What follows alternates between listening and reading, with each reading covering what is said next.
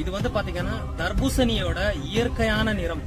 அதாவது இந்த red colour எந்த ஒரு இன்ஜெக்ஷனும் போடாம நம்ம விவசாயிகள் விளைஞ்ச தர்பூசணியோட இயற்கையான நிறம். இப்ப அடுத்ததா நம்ம பார்க்க போறது நாவப்பழம்.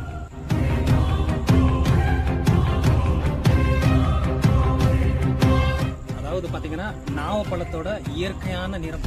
ஒவ்வொரு பழத்துக்கும் ஒவ்வொரு நிறம் இருக்கு. இப்ப அடுத்ததா நம்ம பார்க்க போறது செயற்கை முறையில உருவாக்கப்பட்ட குளிர்பானங்கள், செயற்கை முறையில நிறமூட்டப்பட்ட குளிர்பானங்கள். இத பாருங்க.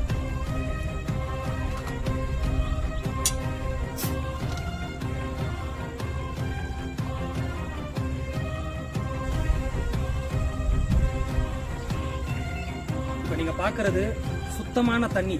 இயற்கையாவே தண்ணிக்கு வந்து நிறம் கிடையாது. இது வந்து செயற்கை முறையில நிறமூட்டப்பட்ட குளிர்பானம். இயற்கையாவே தண்ணிக்கு வந்து நிறம் கிடையாது. இதுவும் ஒரு வகையான தண்ணி தான்.